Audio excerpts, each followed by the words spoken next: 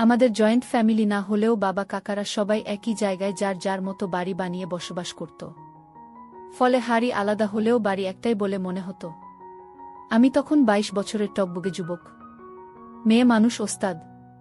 আমার ছোট কাকার মেয়ে রেনুর বিয়ে উপলক্ষে বিরাট উৎসব আনন্দের আয়োজন করা হলো। কাকার ঘুষের টাকা খরচ করায় কোনো কৃপণতা নেই। কাছের দূরের যত আত্মীয় স্বজন ছিল সবাইকে পরিবার শুদ্ধ দাওয়াত করে এনেছিলেন। তাদের মধ্যে ছোট চাচির সবচেয়ে ছোট বোন ময়না খালা। আর তার মেয়ে মায়াও ছিল। মায়া তখন কলেজে পড়ে, অসম্ভব রকমের সুন্দরী আর খুবই অহংকারী। তবে অহংকার করা ওকে মানায়। অহংকার করার মতো ঐশ্বর্য যে তার ছিল, সেটা যে তাকে একবার দেখেছে সেই স্বীকার করে নিয়েছে। আত্মীয় স্বজনদের মধ্যে বিশেষ করে মহিলারা ছোট কাকিকে পরামর্শ দিয়েছিল বিয়ের সময় মায়া যেন পাত্রপক্ষের সামনে না যায়। তাতে রেনুর বিয়েটা ভেঙে যেতে পারে। মায়ার বাবা ৭১-এর শহীদ। মায়া তখন ময়না খালার পেটে। মায়ার জন্মের পর ময়না খালা মায়ার বাবার স্মৃতিটাই আঁকড়ে ছিল। আমার মা, চাচি এবং আরও শুভাকাঙ্ক্ষীরা ময়না খালাকে পুনরায় বিয়ে করার জন্য নানাভাবে বুঝিয়েও রাজি করাতে পারেনি। মায়া ওর মায়ের রূপটা পেয়েছে। ময়না খালার বয়স প্রায় ৩৭ হলেও খালার বাঁধন এতটাই অটুট ছিল যে সেটা সহজে অনুমান করা যেত না। বিশেষ করে অন্যান্য মহিলাদের যেমন একটা বাচ্চা হয়ে গেলে বিশাল বিশাল হয়ে নিচের দিকে ঝুলে পড়ে, যেটা বেঁধে টেনে ওঠালেও ওঠে না, তেমন ছিল না। এক কথায় ময়না খালা তখন ওই বয়সেও তার উপযুক্ত বয়সী পুরুষদের কাছে যথেষ্ট বিষয় ছিল। তবে আমি কখনো ময়না খালাকে অন্য নজরে দেখিনি। তার অবশ্য আরও একটা বিশেষ কারণ ছিল, আর সেটা হলো আমার নজর ছিল মায়ের দিকে। ময়না খালা মায়াকে নিয়ে প্রায় ছোট চাচির বাসায় আসতেন। আর বেশ কিছুদিন করে থেকে যেতেন। বিশেষ করে যখনই মায়ের স্কুল কলেজ ছুটি থাকত তখনই চলে আসতেন। আমি অবশ্য গোপনে একটা বিষয় জেনে ফেলেছিলাম। স্থানীয় একজন প্রভাবশালী এবং বিত্তমান ব্যক্তি ময়না খালার প্রতি আসক্ত ছিল। সে প্রায়ই খালার বাসায় বিভিন্ন ছলছুতো নিয়ে আসত আর ইনিয়ে বিনিয়ে খালাকে পটানোর চেষ্টা করত। সেজন্যেই খালা সুযোগ পেলেই চাচির বাসায় চলে আসতেন। ময়না খালার সাথে আমার সম্পর্ক ছিল অত্যন্ত সহজ, স্বাভাবিক এবং সুন্দর। অনেক সময় গল্প বাঁধন ঠেলে ফুলে থাকা খালার অপূর্ব সুন্দর বের হয়ে পড়ত। আমার অজান্তেই চোখ পড়ে যেত সেখানে। আর ময়না খালা সেটা খেয়াল করে একটা মিষ্টি হাসি দিয়ে উঠিয়ে নিত। ছোট চাচির বাসায় এসে খালাকে কখনো চুপটি করে বসে থাকতে দেখিনি। সবসময় বিভিন্ন কাজে ব্যস্ত থাকত। একবার আমি গোসল করার জন্য বাথরুমে গিয়ে দেখি খালা কাপড় ধুচ্ছে। আমাকে দেখে বলল, একটু দাঁড়া, আমার প্রায় হয়ে গেছে, কাপড়গুলো ধুয়ে নেই। গ্রামের বাথরুম খোলা জায়গায়, তবে গ্রাম হলেও আমাদের বাড়ির বাথরুম ছিল পাকা করা। আমি বাথরুমের বাইরে দাঁড়িয়ে অপেক্ষা করছি। খালা কাপড়গুলো আছড়ানো শেষ করে বালতিতে পানি নিয়ে ধুতে লাগলেন। সেজন্যে খালাকে বসা থেকে উঠে দাঁড়িয়ে বাকিয়ে হামা দিয়ে ধুতে হচ্ছিল। খালার সরে গিয়েছিল। কিভাবে যেন উপরের একটা খুলে গিয়েছিল। খালা হামা দিয়ে কাপড় ধোয়ার সময় খালার ফর্সা অনেকটাই দেখা যাচ্ছিল। দুই মাঝের গিরিপথটা কোনো অন্ধকারে ঢুকে গেছে। দুটো খালার নাড়াচাড়ার সাথে সাথে তুলতুল করে দুলছিল। আমি হিপনোটাইজ হয়ে গিয়েছিলাম। চোখের পলক পড়ছিল না, এক দৃষ্টিতে খালার সেই অপূর্ব সুন্দর ঐশ্বর্য দেখছিলাম। এমন সময় খালা আমাকে হয়তো কিছু বলার জন্য আমার দিকে তাকিয়ে আমার চোখের দৃষ্টি অনুযায়ী নিজের দিকে তাকালো। খোলা আর আমি অপলক তাকিয়ে খালার দেখছি। সেটা খালা টের পেলেন। আমাকে দিকে তাকিয়ে হেসে বললেন, কিরে হা করে কি দেখছিস?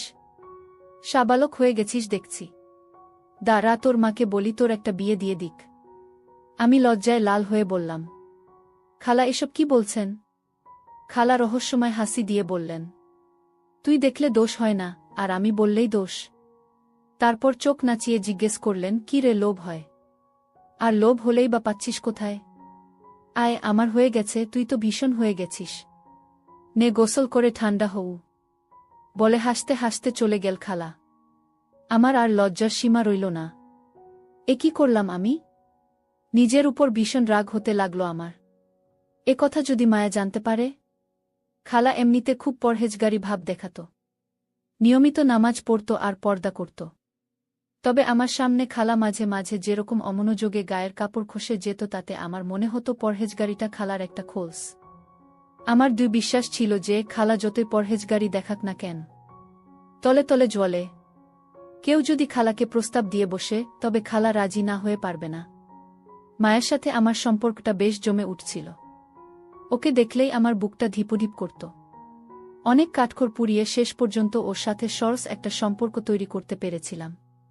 কিন্তু মেয়েটা বড়ই রহস্যময়ী আর ভীষণ অহংকারী, জেদি।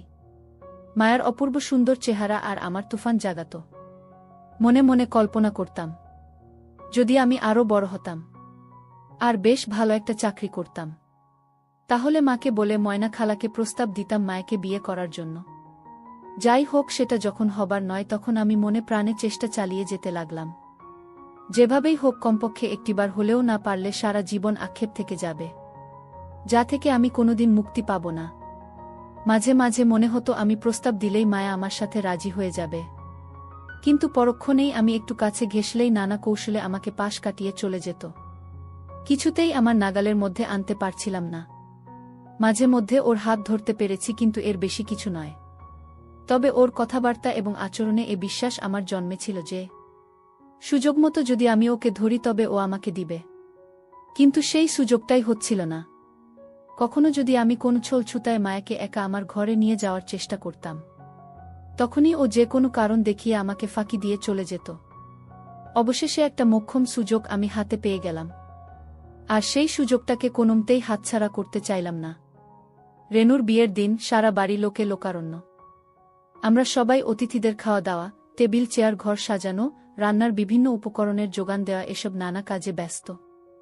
এই ব্যস্ততার মধ্যেই যাওয়া আসার পথে আমি সুযোগ বুঝে প্রথমবারের মতো মায়ার কনুই দিয়ে দিলাম। মায়া চোখ মটকে সরে গেল। সন্ধ্যার পর যখন বিয়ে পড়ানো হচ্ছিল, মায়া আর সব মেয়েমানুষের ভিড়ে অন্ধকারে দাঁড়িয়ে পিছন থেকে ছোট চাচি ওকে বর বা বরপক্ষের লোকের সামনে যেতে মানা করেছিলেন, বিয়ের অনুষ্ঠান দেখার চেষ্টা করছিল। আমি পিছন থেকে মায়াকে দুই হাতে ওর দুটো ধরে জোরে দিলাম। মায়া উহ ছাড়ো বলে ঝাপটা দিয়ে আমার হাত ছাড়িয়ে নিয়ে আমাকে জোরে ঠেলে দিয়ে ওখান থেকে সরে গেল। আমি মনে মনে বললাম, তোর তেজ আমি আজকেই মারব। বিয়ে হয়ে যাওয়ার পর বরপক্ষের লোকদের শোবার ব্যবস্থা করা হলো কাছারি ঘরে। বরপক্ষের সাথে কয়েকজন মহিলা এসেছিলেন। তাদের শোবার ব্যবস্থা হলো ছোট কাকার ঘরে আর আমাদের ঘরে। আমি জানতাম এমনটা হবে, শোয়ার জায়গার অভাব হবেই, তাই আগে থেকেই আমার ব্যবস্থা আমি করে রেখেছিলাম। ছোট চাচিকে বলে রেখেছিলাম, যদি শোয়ার সমস্যা হয় তবে ময়না খালা আমার ঘরে শুতে পারবে। সব আয়োজন শেষ, খাওয়া দাওয়াও শেষ। তখন প্রশ্ন উঠল, কে কোথায় শোবে? আমি ঘরের বাইরে দাঁড়িয়ে সব শুনছিলাম। ময়না খালা চাচিকে বললেন, বুবু, আমাদের জায়গা তো দখল হয়ে গেছে, আমরা মামেয়ে কোথায় শোব? ছোট চাচি বললেন, তোরা যদি কিছু মনে না করিস তাহলে মনির ঘরে শুতে পারিস, তা না হলে রান্নাঘরে আমাদের সাথে গাদাগাদি করে থাকতে পারিস। চাচির প্রস্তাবের সাথে সাথে ময়না খালা আমার গড়ে শোয়ার পক্ষে মত দিলেন, কিন্তু মায়া প্রতিবাদ করে বসল।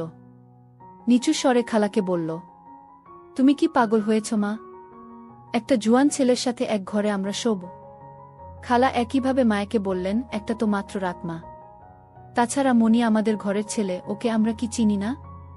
সেই ছোটবেলা থেকেই তো ওকে দেখছিস। মায়া তবুও আমার ঘরে শুতে নিমরাজি হচ্ছিল।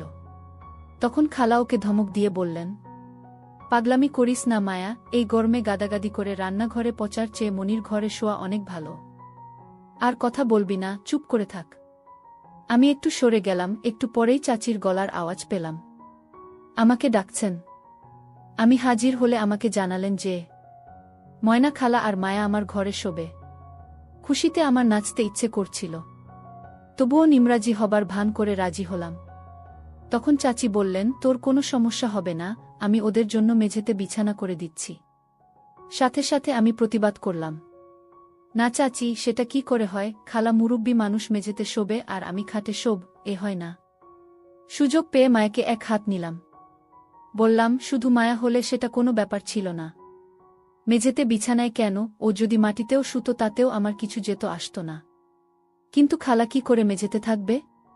কিন্তু ময়না খালা সে কথা উড়িয়ে দিয়ে বলল, দরকার নেই বাবা, তোর সিঙ্গেল খাট, আমাদের দুজনের ঠাসাঠাসি হবে, তার চেয়ে মেঝেতে হাত পা ছড়িয়ে আরাম করে শোয়া যাবে। তুই ভাবিস না, আমরা মেঝেতেই শোব। আর এতে তোর খারাপ কি আছে? আমি তো নিজের ইচ্ছেতেই মেঝেতে শুচ্ছি। বিয়ের দিন উপলক্ষে মেয়েদের সবাই লাল শাড়ি পরেছিল। ময়না খালাকে এত সুন্দর লাগছিল। যে মায়া আর ময়না খালা যখন পাশাপাশি দাঁড়িয়েছিল, মনে হচ্ছিল দুই বোন ওরা। ময়না খালাকে দেখে মনেই হচ্ছিল না যে উনার এতটা বয়স হয়েছে। দুপুরের পর সবাই যখন সাজুগুজু করে বেরুলো, ময়না খালাকে সবার থেকে আলাদা লাগছিল। আমি খালাকে কথাটা বলার লোভ সামলাতে পারলাম না। সুযোগের অপেক্ষায় থেকে খালাকে একা পেয়ে বললাম, খালা, আপনাকে যা লাগছে না? খালা সলজ্জ হাসি দিয়ে বলল, যাহ, তুই আর পাকামো করিস না, এই বয়সে আবার। আমি হাসতে হাসতে বললাম, সত্যি বলছি মাইরি, আপনাকে দেখে মনেই হচ্ছে না যে আপনার এত বড় একটা মেয়ে আছে। সাবধান, কেউ আবার আপনাকে অবিবাহিত মনে করে বিয়ের প্রস্তাব দিয়ে বসতে পারে। রূপের আগুন তো আছেই, আল্লাহ জানে আজকার মনে আগুন ধরাতে যাচ্ছেন উ। আমি জানতাম আমার এসব কথা খালার খুব ভালো লাগছিল, কিন্তু তবুও উনি আমার দিকে তেড়ে এলেন। বললেন, দেপো ছুকরা, পাকামো হচ্ছে না? খালার দিকে বদ নজরে তাকাচ্ছিস, তোর লজ্জা করছে না? তুই তো দিনে দিনে দেখছি একটা আস্ত বদমায়েস হয়ে উঠছিস। এবারে সত্যি সত্যি আমি তোর মাকে বলবো যাতে উনি তাড়াতাড়ি তোকে বিয়ে দিয়ে একটা বউ এনে দেন, না হলে কার যে সর্বনাশ করবি কে জানে। যা ভাগ, এখানে দাঁড়িয়ে গুলতামি করলে হবে? কাজ নেই তোর? খালা যেন আমার সামনে থেকে তখনকার মতো পালিয়ে বাঁচলেন। চাচি আমার ঘরের মেঝেতে দেয়াল ঘেঁষে তোষক পেতে বেশ বড় করে একটা বিছানা করে দিলেন। আমরা যখন শুতে গেলাম তখন প্রায় মাঝরাত। খালা দেয়াল ঘেঁষে আর মায়া বাইরের দিকে শুলো দেখে খুশিতে আমার রীতিমতো বাজাতে ইচ্ছে করছিল। এটাই তো চাইছিলাম। মনে মনে ভাবলাম, এত রাত করে শোয়া হলো, একটু পরেই দুজন গভীর ঘুমে তলিয়ে যাবে, আর তখনই অন্ধকারে চুপি চুপি আমি উঠে গিয়ে মায়ার পাশে শুব। শোয়ার পর বাতি নিভিয়ে দেয়া হলো। ঘরটা ঘুটঘুটে অন্ধকার হয়ে গেল, এমন অন্ধকার যে নিজের হাতটাও দেখা যাচ্ছিল না। কেবল তিনটে প্রাণীর শ্বাস ফেলার আওয়াজ শোনা যাচ্ছিল। বাইরে তখনও কোলাহল, ডেকোরেশনের লোকজন প্লেট, গ্লাস, টেবিল, চেয়ার, ডেকচি এসব গোছাচ্ছে। অনেকক্ষণ ঘুম এলো না। কিভাবে কি করব সেটাই ভাবছিলাম। মায়াকে যে সুযোগ হাতে এসেছে, এটা কোনোভাবেই হাতছাড়া করা যাবে না। পরে আর এমন সুযোগ নাও পাওয়া যেতে পারে, কিন্তু মায়াকে ধরার মতো পর্যাপ্ত সাহস পাচ্ছিলাম না। হাত পা গুলো কেমন যেন অসাড় হয়ে আসছিল। মনের মধ্যে থেকে আকর্ষণ হচ্ছিল, কিন্তু শক্তি পাচ্ছিলাম না। অন্য সময় যেমন মায়ের কথা ভাবলেই, কিন্তু তখন সেখানেও কোনো সাড়া পাচ্ছিলাম না। বড্ড অসহায় লাগছিল নিজেকে। এসব ৭-৫ ভাবতে ভাবতে কখন যে ঘুমিয়ে গেছি টের পাইনি। একটা বাজে স্বপ্ন দেখে ঘুম ভাঙল। জেগে দেখি গরমে আমার শরীর ঘেমে গেছে। খোলা জানালা দিয়ে ফুরফুরে বাতাস আসছে, তবুও ঘেমে গেছি।